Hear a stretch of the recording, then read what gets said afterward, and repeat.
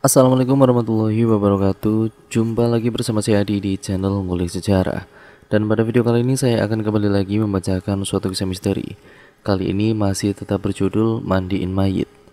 Cerita kali ini memasuki part yang ke-8.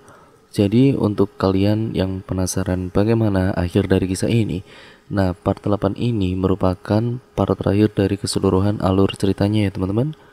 Jadi untuk kalian yang belum menonton part-part yang sebelumnya, saya sarankan untuk kalian menontonnya terlebih dahulu agar kalian mengerti keseluruhan alur ceritanya dari awal sampai akhir nanti. Yuk daripada kita lama-lama, mari kita langsung saja menuju ke ceritanya. Perhatikan baik-baik karena ceritanya akan segera saya mulai.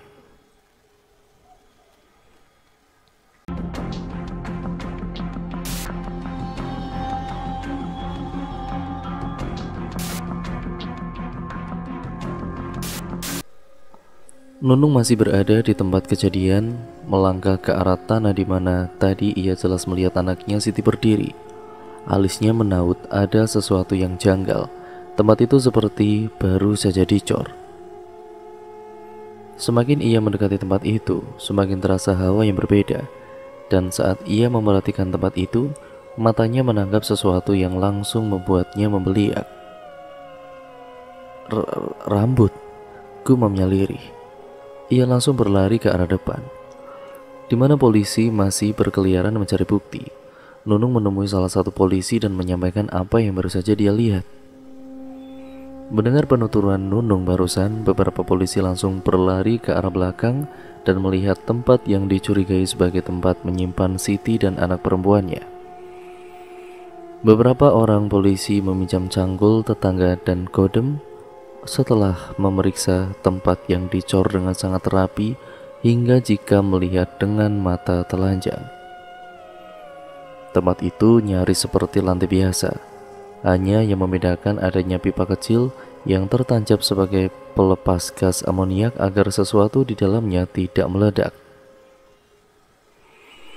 Lantai dipukul-pukul berkali-kali hingga retak dan hancur. Orang-orang sekitar melihat dengan hati yang berdebar kencang.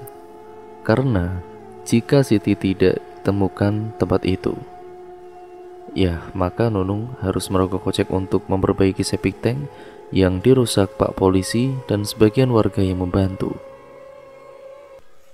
Astagfirullah, teriakan salah satu warga yang membuat polisi sontak membuat orang-orang di sekitar ini ingin mendekat, termasuk Nunung, tapi mendapat halangan dari petugas.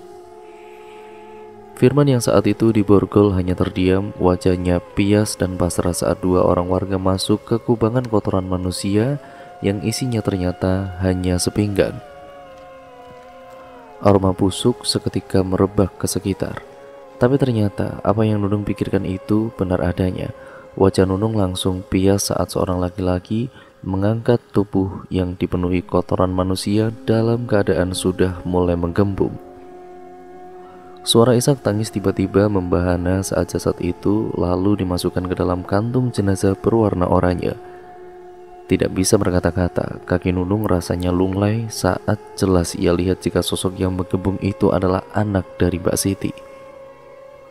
Rambut dan baju yang ia pakai sama persis dengan bocah yang memanggil dirinya dan berdiri di atas cor-coran. "Tidak, Laila!" teriak seorang wanita parubaya berusaha mendekat, tapi dihadang oleh petugas dan juga para warga. Tubuh wanita itu luruh di tanah, tangisannya pecah mengiba. Air matanya berderai seraya menatap bocah yang sudah kaku dengan perut yang membesar dan kulit membiru dengan mata melotot dan mulut yang menganga. Buak, buak. Wajah Firman bonyok begitu mendapat hantaman tinju yang langsung menjurus ke wajahnya tanpa bisa ia tebak. Begitu tiba-tiba hingga ia tidak sempat melawan. "Wah, bajingan, setan, dasar pembunuh kejam!" teriak laki-laki yang tidak lain adalah adiknya Siti, yaitu Rojali. Firman yang hanya tertunduk diam langsung mendapatkan pengamanan dari petugas. Ujung bibirnya yang mengeluarkan darah kental itu ia biarkan begitu saja. Perasaannya gamang, sesal tiada terkira. Wajahnya terduduk. Sebenarnya sudah beberapa waktu setelah kejadian itu ia selalu menangis seorang diri. Bayangan istri dan juga anaknya selalu menari-nari di kepalanya. Masih terekam jelas di dalam pikirannya juga saat dimana ia begitu buta dan tuli, tidak mendengar teriakan meminta pengampunan dari derai air mata dari wajah yang dulunya sangat ia kasihi. Ya, faktor ekonomi yang terus mengguncang biduk rumah tangganya seolah mematahkan hati yang dulu begitu kekal terjaga. Di saat usahanya terpuruk, susah mencari kerja. Adapun kerja, uang yang didapat hanya untuk menahan lapar 1 hari saja. Begitu terus-menerus hingga si istri ini lelah sekali. Lelah karena anak satu-satunya sulit sekali untuk jajan. Di saat anaknya sedang tumbuh dan juga memerlukan asupan makanan yang layak, juga pakaian yang ia pakai. Siti sebenarnya adalah wanita yang sabar sekali. Tapi entah mengapa, hari itu ia begitu saja mengucapkan kata-kata yang menyinggung perasaan suaminya. Makanya cari kerja bang, biar dikit dapatnya, yang penting anakmu itu bisa makan dan juga jajan. Kalau aku yang lapar tidak mengapa, asal jangan anakku. Aku tidak dibolehkan bekerja, disuruh di rumah saja. Tapi ketika aku di rumah, untuk makan pun susah. Kalau begitu biarkan aku saja yang bekerja, kamu tunggu saja anak di rumah, cecar Siti saat itu. Sedang Firman masih saja menahan gemuruh di hatinya. Sebisa mungkin ia tidak terpancing emosi dengan ucapan istrinya. Aku sudah berusaha, tapi bagaimana jika rezeki belum juga ada? Balas Firman dengan wajah tertunduk. Bukan karena takut, tapi karena ia berusaha untuk meredam emosinya. Usaha tidak dibarengi doa yaitu percuma bang. Abang saja bangunnya siang, rezekinya sudah keburu dipatok ayam. Lihat anak kita Laila bang, bajunya lusuh dan banyak yang tidak layak pakai. Anak kita malu untuk keluar rumah, karena selain bajunya yang sudah tidak layak, ia pun tidak pernah bisa jajan. Untuk makan nasi saja susah. Beruntung ada ubi yang aku tanam, jadi bisa untuk mengganjal perut yang meronta. Siti mulai terisak, ia sudah jengah untuk berusaha taat dan meredam sakit hatinya yang kian terkoyak. Kalau tahu begini susahnya berumah tangga, lebih baik dulu aku tidak menikah. Kata-kata terakhir dari Siti itu ternyata membuat Firman tidak bisa menahan emosinya lagi. Ia lalu mengangkat kepalanya dan menatap tajam ke arah istrinya. Jadi, maksudmu kamu menyesal menikah sama aku? Selama ini aku memberi kamu makan, memberi kamu tempat tinggal, itu tidak ada artinya. Hanya karena aku sedang terpuruk kamu bisa berbicara sekeji itu. Mata laki-laki itu tidak dapat berdusta. Ada kekecewaan yang sangat teramat dalam di sana. Emosinya yang kian memuncak hingga terasa seperti kepalanya terbakar, membuat ia buta dan tanpa sadar meraih teko kaca yang masih terisi air yang berada di atas meja kecil di dekatnya. Tangannya yang menggenggam teko melayang mengarah ke kepala wanita yang telah beberapa tahun ini menemani dirinya. Dan brak, brang, wanita itu terhuyung dan tubuhnya terbanting dengan kepala yang bercucuran darah. Ia meringis kesakitan, tapi rasa amarah yang semakin memuncak itu membuat Firman tidak sedikit pun merasa iba. Tidak puasnya dengan melakukan perbuatan itu, ia kembali menginjak-injak tubuh istrinya dengan kuat, hingga wanita itu semakin tidak berdaya. Mendengar ribut-ribut, anak perempuannya yang saat itu sedang tertidur seketika terbangun dan berlari ke arah kamar ibunya, karena ia sempat mendengar rintihan ibunya. "Bapak, jangan pak!" Gadis kecil itu dengan sigap menarik kaki bapaknya. Tapi karena Firman sudah dikuasai oleh setan, ia malah menendang Laila dengan kerasnya. Naasnya tubuh ringgi itu terpental ke ujung tempat tidur dan kepalanya terhempas keras di sudut kayu. Hempasan kuat itu membuat tubuh itu kelojotan dengan mata terbuka dan darah yang mengalir dari kepala. Laila, Firman tersadar dan langsung kemudian berlari ke arah anaknya yang sudah bersimbah darah. "Tidak, Laila." "Firman, Bapak Firman." Firman tersentak dan seketika tersadar dari ingatan akan kejadian memilukan itu. "Bapak Firman, ikut kami ke kantor polisi," seru lelaki berseragam yang kini sudah siap membawa laki-laki itu ikut serta. Firman hanya mengangguk. Sorak-sorai suara makian terlontar dari mulut warga saat melihat Firman. Pembunuh, dasar pembunuh. Firman hanya mampu menunduk, tidak sanggup menatap mata-mata penuh amarah yang terus tertuju kepadanya. Wajar dan ia memaklumi, bagaimanapun ialah yang bersalah di sini. Tidak bisa menahan emosi dan hanya sesal yang ia dapat. Karena perbuatannya, nyawa anak dan juga istrinya itu harus melayang. Orang-orang yang mencintai dirinya tanpa syarat. Polisi berusaha keras melindungi Firman yang digerubungi warga yang kesal kepadanya. Tak ayal 1-2 orang berhasil mendaratkan tinju di kepalanya hingga membuat laki-laki itu terhuyung. Firman tidak sedikit pun melawan, ia mempererat genggaman tangannya yang saling menaut. Borgol yang menyegel tangannya semakin membuat Firman tidak berkutik. Sampai masuk ke dalam mobil pun, teriakan warga terdengar begitu lantang. Sedangkan 2 kantong berwarna oranye yang terisi jasad Siti dan Laila dibawa dengan mobil. Kejadian itu jelas membuat Nunung syok. Ia tidak mampu berkata-kata sampai akhirnya ia merasakan sesuatu yang menyentuh bahunya. Nunung tersentak dan langsung menatap ke belakang. Ia sempat kaget, mengira jika itu adalah interaksi makhluk halus pada dirinya, tapi ternyata itu adalah sentuhan Lastri, kakak iparnya. Pulang yuk Nung, ajaknya saat itu. Baru saja Nunung akan mengikuti ajakan Lastri, tiba-tiba saja seorang laki-laki berseragam mendekat ke arahnya. Saya mendengar Mbak yang telah menunjukkan lokasi ditemukannya mayat di dalam septic. Bisa Mbak ikut kami? Sedikit memberi informasi dari mana Mbak bisa tahu tempat disembunyikannya korban tadi. Nunung memang terpaku. Darahnya berdesir karena takut. Bagaimana Mbak? Tanya Nunung pada Lastri yang saat itu juga terlihat bingung. Mbak jangan takut, kami hanya mencari informasi. Kalau Mbak memang tidak bersalah, Mbak cuma akan dimintai keterangan saja. Setelah laki-laki itu yang berbaju polisi itu kepada Nunung. Ya sudah Nung, ikut saja. Nanti biar Mbak yang ngomong sama Ibu dan juga Tono, sahut Lastri yang akhirnya diangguki oleh Nunung. Titip Ibu ya Mbak. Mbak percaya sama Nunung gak terlibat, ucap Nunung dengan wajah murung, berusaha meyakinkan iparnya jika ia tidak bersalah. Iya Mbak yakin kamu gak ada hubungannya dengan kejadian ini. Kamu hati-hati ya, ucapnya saat Nunung menjauhi dirinya dan mengikuti langkah Pak Polisi.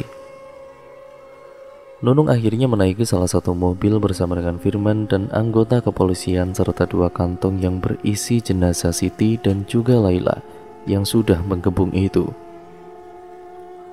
Lautan manusia itu perlahan terbelah saat mobil polisi beriringan melaju melewati desakan warga yang berkerumut. Tak ayal beberapa kali mobil polisi yang membawa Firman dilempar batu kerikil, bentuk dari kekesalan warga pada sosok Firman yang terbilang sangat tega sekali membunuh istrinya dan juga anaknya. Sedangkan Nunung menatap pias ke arah jalanan. Ia tidak menyangka buntut dari ucapannya yang spontan membawa dirinya ke tempat di mana ia tidak pernah inginkan untuk singgah. Sepanjang perjalanan Nunung menuju kantor polisi, perasaannya ikut sedih. Bukan hanya karena ia dibawa ikut serta, tapi juga karena ia menerima kenyataan bahwa tetangganya itu mati dalam keadaan yang mengenaskan, yang membuatnya miris anak kecil yang tidak berdosa pun ikut menjadi korban. Setengah jam perjalanan yang cukup melelahkan, akhirnya mereka tiba di kantor polisi. Firman langsung dibawa ke dalam sel sebelum ia diinterogasi. Sementara Nunung, dia dibawa ke ruangan lain di mana ia akan menyampaikan informasi perihal bagaimana ia bisa menunjukkan tempat di mana keberadaan korban. Selama masa diinterogasi, keadaan terbilang kondusif dan juga Nunung dengan lugas menjawab pertanyaan-pertanyaan dari si petugas. Nunung terlihat kooperatif. Meskipun awalnya kesaksian Nunung itu sama sekali tidak bisa diterima nalar, ya karena menunjukkan tempat itu saat ia melihat bocah yang sudah meninggal itu berdiri di sana. Bagaimana bisa Ibu Nunung bocah itu sudah meninggal, Bu? Diperkirakan sudah lebih dari 2 hari. Apakah Ibu Nunung ini mengada-ngada saja? Orang sudah mati mana ada yang bisa berjalan ke sana kemari, Bu? Wajah Nunung merah padam, menahan kesal karena ucapannya dianggap hanya main-main belaka. Ya saya tidak bohong, Pak. Bapak boleh searching sendiri di Google. Apa itu jin korin? Saya tidak punya ilmu untuk menjelaskannya langsung kepada Bapak. Bukankah dalam Islam kita harus mempercayai hal-hal gaib, Pak? Itulah yang terjadi kepada saya. Jika Bapak tidak bisa melihat, bukan berarti makhluk itu tidak ada, Pak. Tapi tirai antara dua alam tidak terbuka untuk Bapak. Tapi itu tidak berlaku untuk saya, Pak. Saya sudah sering kali berinteraksi dengan mereka. Saya yakin Korin, Laila, dan juga Mbak Siti bukan bermaksud ingin mengganggu saya, tapi hanya menginginkan mayat mereka ditemukan dan dikebumikan dengan layak. Papar Nunung panjang lebar yang membuat wajah laki-laki itu berubah. Baik Bu Nunung, kalau begitu kita sudahi perbincangan kita siang ini ya. Terima kasih atas kerjasamanya. Ibu Nunung boleh keluar dan beristirahat. Kami akan mengantar Bu Nunung dengan selamat sampai ke rumah. Tugas Pak Polisi yang membuat Nunung bernapas lega. Baik Pak, terima kasih banyak ya Pak, sahut Nunung sembari beranjak dari tempat duduknya. Ia menganggukkan kepalanya sebelum akhirnya melangkahkan kaki keluar dari ruangan itu. Di luar dugaannya, saat ia keluar dari ruangan, kedua alisnya seketika terangkat dan mulutnya menganga. Matanya menangkap sosok yang amat ia kenal, sedang berdiri tidak jauh dari pintu. Mas Tono, kenapa bisa berada di sini? Tanya Nunung seraya melangkah mendekati sosok itu yang tidak lain adalah suaminya sendiri. Iya, tadi Mas ditelepon sama Mbak Lastri. Mbak Lastri cerita semua kejadian sebelum kamu dibawa ke kantor polisi ini. Jadi Mas memutuskan untuk menjemput kamu di sini. Ya, memastikan keadaan kamu, Nung. Ujar suaminya menatap dengan cemas. Tangan kanannya yang lebar mengusap kepala Nunung dengan sayang. Nunung hanya mengulum senyum ketirnya. Ia pun tidak kalah sedih memandang wajah suaminya. Ia tahu laki-laki itu pasti sangat khawatir padanya. Jadi, bagaimana Nung? Apa kata Pak Polisi itu? Nunung diperbolehkan pulang Mas, sampai menunggu hasil otopsi dan juga keterangan langsung dari Bang Firman. Jelas Nunung. Lelah tergambar jelas di wajahnya yang membuat perasaan Tono semakin tidak karuan. Kamu sudah makan apa belum? Kamu pasti sangat lapar ya Nung. Ini anak kita pasti juga sangat kelaparan di dalam sini. Tono mengusap pelan perut istrinya yang belum membesar itu. Tadi sudah makan roti sama minum teh hangat kok. Petugas di sini baik-baik kok Mas. Mas jangan khawatir. Yaudah kalau begitu kita pulang sekarang aja yuk Nung. Nanti kita mampir di warung bakso. Kita kan sudah lama gak pernah makan berdua Nung. Seketika dua sudut bibir Nunung terangkat. Ia langsung mengangguk dengan cepat, mengiyakan ucapan suaminya, yaitu Tono. Tono senang sekali. Akhirnya wajah istrinya kembali berseri. Ia lalu membawa Nunung pergi dari kantor polisi, berharap bahwa istrinya tidak dalam masalah dan keluarganya bisa kembali hidup tenang. Malam itu Nunung bergolek-golek di kasur dengan gelisah. Hawa di kamarnya terasa panas sekali, meski kipas angin sejak tadi sudah dihidupkan full. Matanya pun sulit dipejamkan, seolah ada yang mengganjal. Berulang kali Nunung memaksa untuk beristirahat, tapi matanya ingin terus terbuka. Nunung yang terus bergerak membuat suaminya pun terbangun dan menatap istrinya dengan gusar. Ada apa dek? Panas Mas. Nunung duduk di luar dulu ya Mas, bentar. Nunung mengibas-ngibas tangan di lehernya mencoba meminimalisir rasa gerah yang kian melandanya. Mas temenin Nung. Mas khawatir kamu kenapa-napa, ucap Tono. Takut istrinya yang sedang hamil kenapa-napa. Nggak usah, nggak apa-apa Mas, baru jam berapa juga. Lagian kan Nunung nggak di luar, di dalam ini. Tolak Nunung seraya beranjak dari ranjang dan melangkah ke arah ruang tamu. Tono menatap gusar kepergian istrinya. Ia pun akhirnya memilih untuk kembali berbaring. Tapi baru saja matanya ingin terpejam, tiba-tiba, wah! Apa Nung? Kamu? Astaga, Ibu! Tono berlari ke arah kamar ibunya dan menggedor pintu kamar orang tuanya itu. dengan kencang sekali, hingga membuat wanita yang tengah terlelap itu bangun, kemudian bangkit tergesa-gesa. Kaki tuanya yang terkadang sakit karena asam urat itu dengan paksa ia gerakan, meski ia harus menyeretnya. "Ada apa, Toton?" tanyanya saat pintu berhasil ia buka dan menatap raut ketakutan anaknya.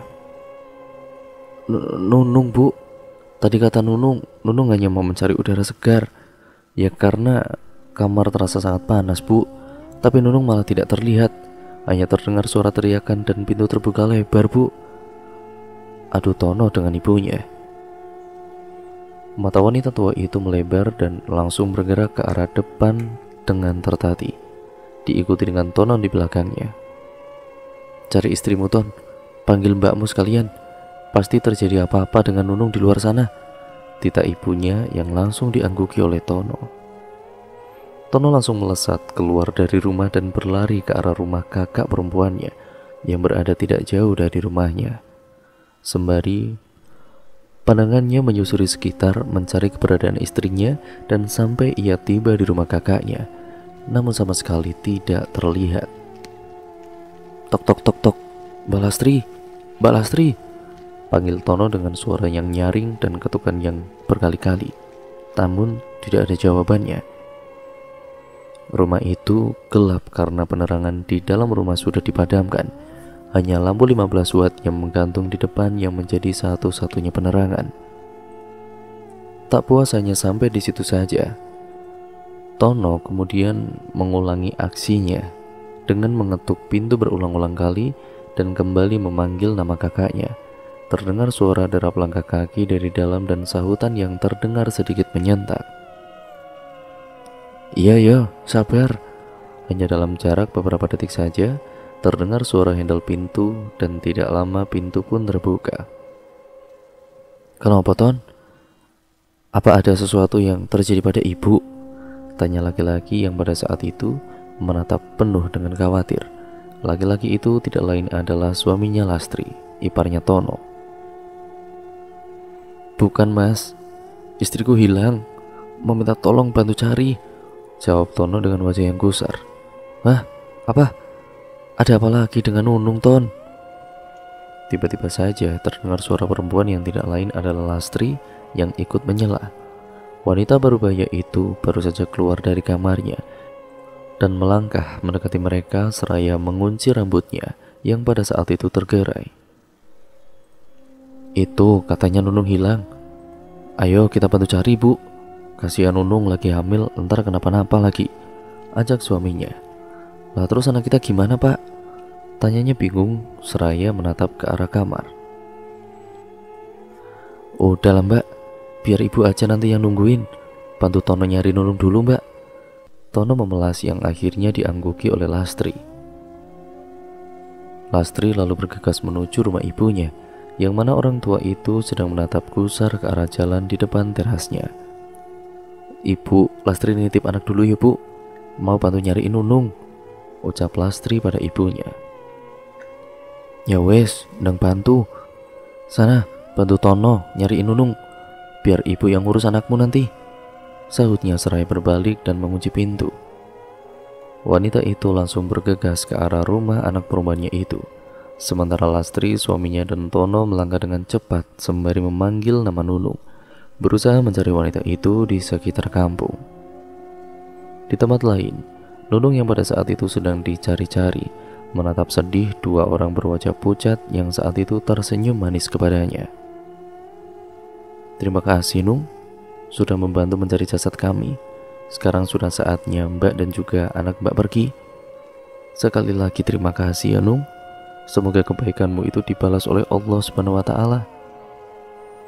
Maafin Mbak karena beberapa hari ini sudah menyusahkan kamu dan berusaha untuk berkomunikasi dengan kamu.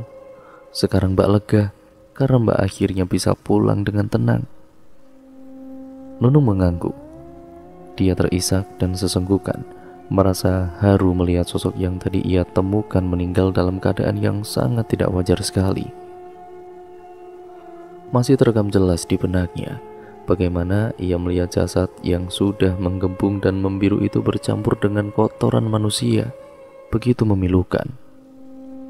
Yang lebih tragisnya lagi, mereka dibunuh oleh orang yang seharusnya menjadi pelindung keluarga, bukan malah menjadi tukang jagal yang merenggut nyawa hanya karena emosi sesaat. "Tante, terima kasih ya sudah bantu kami. Kami pamit pulang dulu, Tante," ujar bocah berwajah pucat yang pada saat itu memakai gaun panjang berwarna putih. Rambutnya terurai, tapi terlihat cantik dengan bandut berhias mawar putih. Gadis kecil itu bergandengan tangan dengan ibunya yang saat itu juga memakai gaun berwarna putih panjang menutup kakinya. Mereka melambai ke arah Nunung yang pada saat itu menahan sesak di dadanya. Haru, sedih, lega menjadi satu. Nunung pun berusaha mengangkat tangannya yang terasa berat. Dua sudut bibirnya perlahan terangkat dan membentuk sebuah lengkung senyuman. "Selamat tinggal, Mbak. Semoga kalian tenang di sana dan diberikan tempat terindah," doa Nunung saat melihat dua sosok yang perlahan mengabur dan diselimuti asap yang semula tipis dan perlahan menebal, menyembunyikan sosok dua perempuan yang saat itu tersenyum penuh arti padanya. Setelah seketika pandangan Nunung menggelap saat ia merasakan tepukan di bahu sebelah kanannya. Nunung refleks berbalik dan, "Nung, kamu kenapa bisa di sini, Nung?" "Mas Tono, tadi Nunung." Nunung langsung terdiam saat menyadari saat ini ia berada tepat di belakang rumah Siti yang hanya ada semak belukar tanpa ada satupun rumah. "Tadi Nunung ketemu dengan Mbak Siti dan anaknya, Mas. Mereka hanya bawa Nunung ke sini dan mengucapkan terima kasih," tutur Nunung dengan wajah bingung. Tono langsung mendekat ke arah istrinya dan memeluknya dengan hangat. "Kita pulang ya. Hari juga sudah sangat malam. Tidak enak jika dilihat tetangga kamu sendirian di sini. Nanti orang berpikiran nanti yang tidak-tidak," tutur Tono sembari membelai pucuk kepala Nunung dengan sayang. Nunung pun mengangguk bersama dengan Mbak Lastri dan juga suaminya. Tono membawa Nunung pulang. Mereka berjalan beriringan sembari saling bergandengan. Sepanjang perjalanan Tono hanya terdiam, pikirannya berkecamuk dan bercampur aduk. Ia sudah tidak sanggup melihat istrinya terus-menerus diganggu oleh makhluk halus. Meskipun ia lega, akhirnya Nunung ia temukan dalam keadaan yang sehat dan tidak kekurangan suatu apapun. Sesamanya di rumah, Nunung langsung beristirahat sedangkan Tono tidak bisa sedikit pun untuk terlelap. Ia benar-benar takut jika istrinya tiba-tiba menghilang seperti kejadian sebelumnya. Ia memilih untuk menjaga istrinya hingga pagi menjelang. Saat ia mulai terkantuk dan matanya baru saja terpejam, tiba-tiba saja terdengar suara sirene ambulan dari kejauhan. Tono kemudian langsung beranjak dari sisi ranjang dan melangkah keluar rumahnya. Ia berdiri terpaku saat mobil ambulan lewat. Tanpa sadar, kakinya mengayun untuk melihat siapa yang sekiranya berada di dalam mobil ambulan itu. Ia begitu terpaku saat melihat dua mayat yang saat itu sudah dikafankan. Semua orang yang menatap tidak kuasa menahan air matanya saat dua mayat itu dibawa masuk ke dalam rumah. Ya, dua mayat itu tidak lain adalah Siti dan juga anak perempuannya yang menjadi korban pembunuhan oleh orang terdekatnya sendiri, yang tidak lain adalah Firman, suaminya Siti. Isak tangis dan juga suara raungan terdengar menggema di pagi hari itu, di mana matahari baru saja menampakkan sinarnya. Bukan hanya manusia yang merasakannya, dunia pun seolah ikut berduka saat dua jenazah itu dikeluarkan dari dalam ambulan dan dibawa masuk ke dalam rumah, tempat di mana kedua orang itu meregang nyawa. Hujan rintik-rintik tiba-tiba turun dari langit. Padahal saat itu langit cerah dan matahari bersinar terang. Tono mendekat dan membantu memasukkan jenazah yang terasa cukup berat karena jenazah sudah mulai membengkak. Anehnya, jenazah yang seharusnya berbau busuk itu malah mengeluarkan aroma yang wangi sekali, seperti wangi bunga melati. Tono dan beberapa orang laki-laki yang membantu tidak sedikit pun merasa jijik. Jenazah pun yang awalnya berat diangkat itu ya beberapa langkah menjadi ringan dan memudahkan mereka untuk meletakkan mayat di kasur yang telah disediakan. Seketika rumah duka itu mendadak ramai. Tetangga satu persatu berdatangan dan bertaksiah di rumah almarhumah Siti. Tidak ada satupun orang yang berkata jelek tentang Siti. Malahan pujian-pujian yang terlontar dari mulut warga. Dan yang lebih mengherankan lagi, aroma mati itu terasa semerbak dan sangat menyegarkan, membuat orang-orang tidak henti membicarakannya. Amalan apakah yang kiranya dilakukan Siti selama hidupnya? Mengapa aroma tubuhnya begitu wangi dan menenangkan? Begitupun dengan Tono. Laki-laki itu langsung bergegas menuju rumahnya untuk memberitahu berita tentang kedatangan Siti dan juga anak perempuannya yang kini sudah berada di rumah duka. Nunung yang pada saat itu masih tertidur karena semalaman begadang, ia dibangunkan dengan pelan dan penuh kehati-hatian. Sementara itu ibunya sudah lebih dulu pergi ke rumah duka untuk melihat jenazah Siti dan juga anaknya. Nung, bangun Nung, ucapnya seraya menepuk-nepuk pelan paha istrinya. Nunung perlahan mengerjapkan mata dan menatap suaminya bingung. Sudah siang ya mas, maaf, Nunung kesiangan, ucap Nunung. Ia langsung bergegas untuk duduk tapi suaminya menahannya. Bukan, mas kesini cuma ingin memberitahu kalau jenazah Mbak Siti dan juga anaknya sudah tiba. Dan kata keluarganya, hari ini beliau akan dimakamkan ba'da zuhur, jelas Tono. Oh kalau begitu, Nunung mau siap-siap dulu mas, kan jenazahnya pasti belum dimandikan. Biar Nunung dan juga ibu saja yang melakukan beserta Mbak Lastri. Nunung kembali bersiap untuk bangun, tapi suaminya kembali menahannya. Kenapa mas? Nunung mau siap-siap ini kok malah ditahan terus? Keluh Nunung, sedikit mencepik karena merasa Tono berusaha menghalangi niat baiknya. Nung, mas mau bicara sebentar. Mas bukan menghalangi Nunung untuk melakukan perbuatan baik, tapi sejak awal Nunung kurang bisa menjaga amanah, sehingga Nunung banyak mengalami kejadian-kejadian ganjil sebelumnya. Mas sudah mentelepon Pak Ustadz. Kata Pak Ustadz, Nunung memang peka dengan makhluk astral. Takutnya makhluk-makhluk itu semakin intens mendekati Nunung dan menjebak Nunung ke dalam hal yang kurang baik. Jadi mas kemarin sudah rembukan dengan Mbak Lastri dan juga ibu. Mereka setuju untuk mencari pengganti Nunung, dan secara kebetulan ada seorang ustazah yang baru saja pindah. Dan ketika Mbak Lastri menemui beliau dan bertanya, alhamdulillah beliau menyanggupi untuk menjadi pemandi jenazah di kampung kita ini. Mengingat kondisi Nunung yang juga sedang hamil dan sering berinteraksi dengan makhluk gaib, tutur Tono panjang lebar. Ia berusaha untuk mengungkapkannya dengan lemah lembut agar istrinya tidak tersinggung. Nunung terdiam dan menatap wajah suaminya lekat-lekat, tidak menampik rasa kecewa di dalam dirinya karena niat baiknya itu tidak selaras dengan suaminya. Namun, ia pun menyadari saat ini ia tidak sendiri. Ada nyawa yang saat ini ia tanggung di dalam perutnya. Apalagi semenjak ia menjadi seorang pemandi jenazah, kejadian ganjil kerap ia temui dan beberapa kali juga nyaris membuatnya berada dalam kesulitan.